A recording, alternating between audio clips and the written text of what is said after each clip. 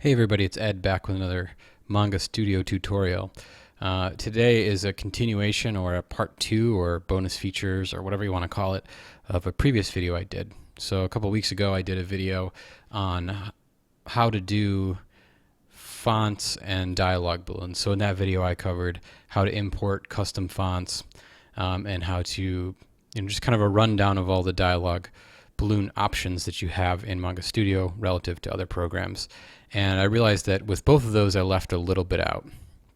So I thought I would talk about those today.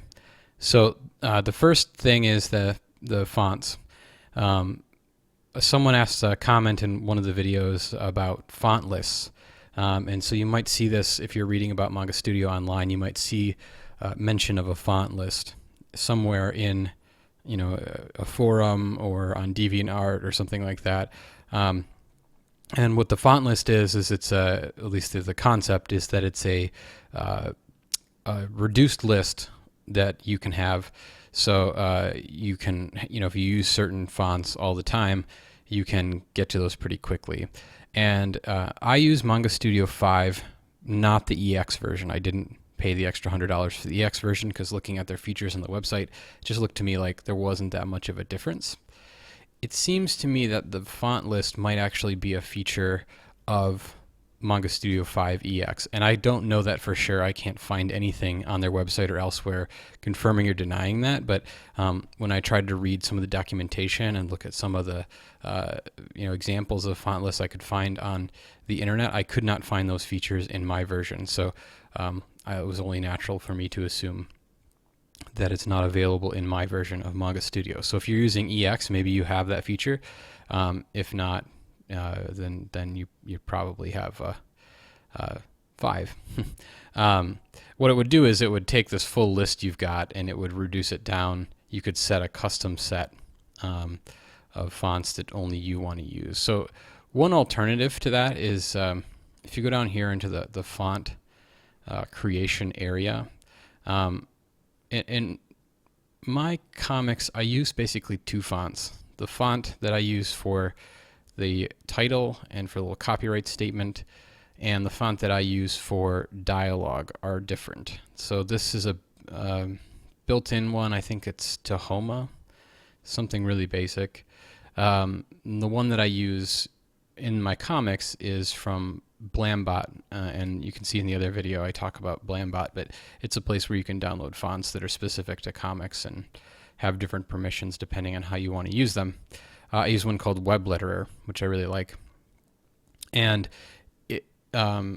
so it's kind of silly to have this gigantic list when you just want to do 1 or 2 of them maybe. So a little bit of a workaround if you don't have the font list, like I said, I don't think I do, is you can actually create your own custom subtool in the subtool folder. So you can go to your text folder or text subtool. You can right click and you can say duplicate subtool, and then you can call it whatever you want. Make it something descriptive. So mine would be like Tahoma, and then maybe the point. I don't know. It's probably like a 30 point.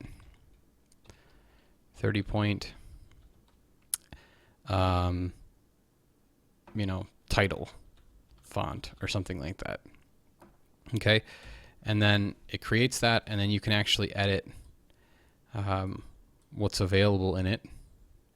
So I can go to Tahoma, I can change this to 30, I can change any of my other things that I want, and now it's always listed as a subtool. If I close Manga Studio, come back, it's going to be there waiting for me, and I don't have to change those features every time. So if you're only using like 2 or 3 fonts, you can just create a couple subtools. You can see I already have one here for Web Letterer 22 point. So it's not the font list. If you figure the font list out, please let me know. I can't figure it out. I tried for a couple hours to figure it out, but it could serve the same purpose for you if that's what you're looking for. If you're just looking to reduce the number of fonts you have to look through each time you want to use a font in Manga Studio. The second thing that I wanted to mention is a couple of things related to dialogue balloons. So I'm going to use my tool, the Web Letterer tool.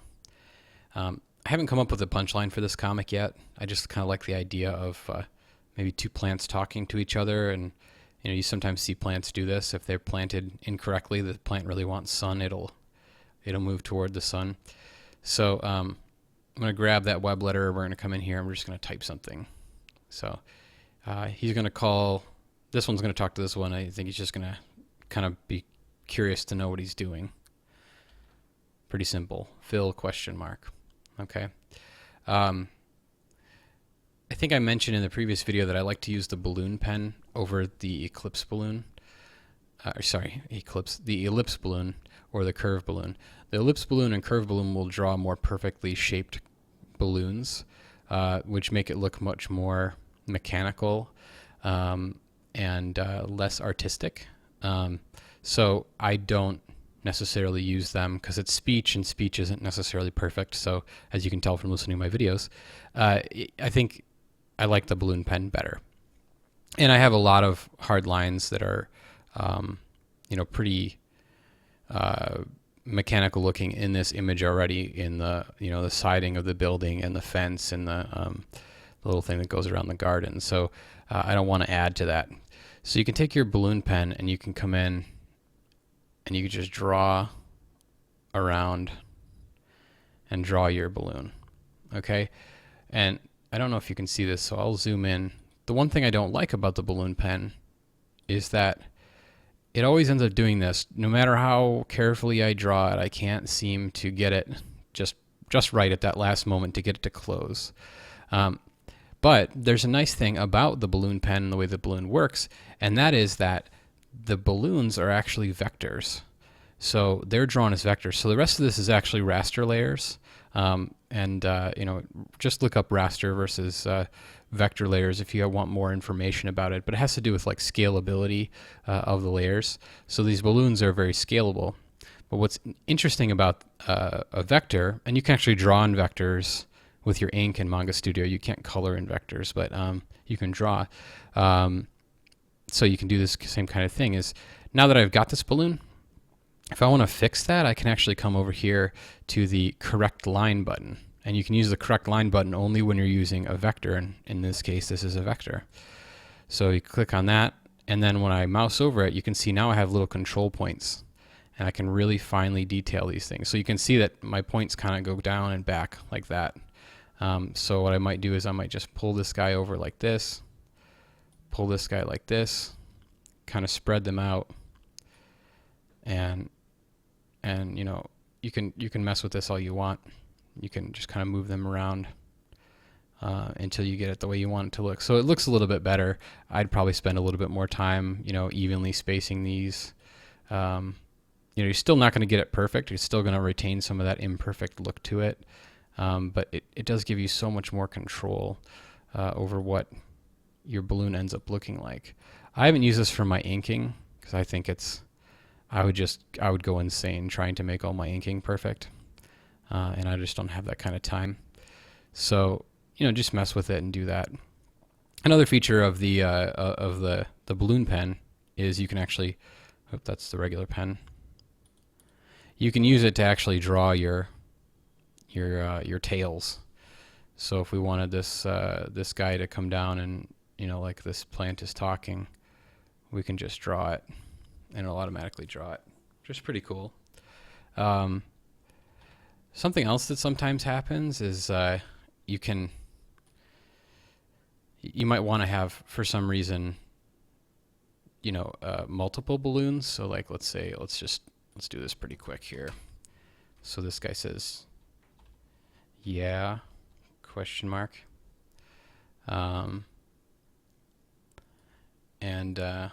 We take our balloon pen and we draw around it. And we ascribe it to this guy using a tail. And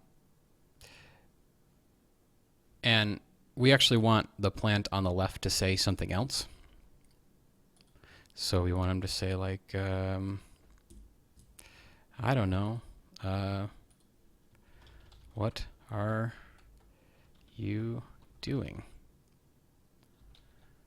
This is really boring dialogue, I realize, but You'll see in comics when they have this happen in the same panel, in order to keep the continuity between the two, they have to be attached.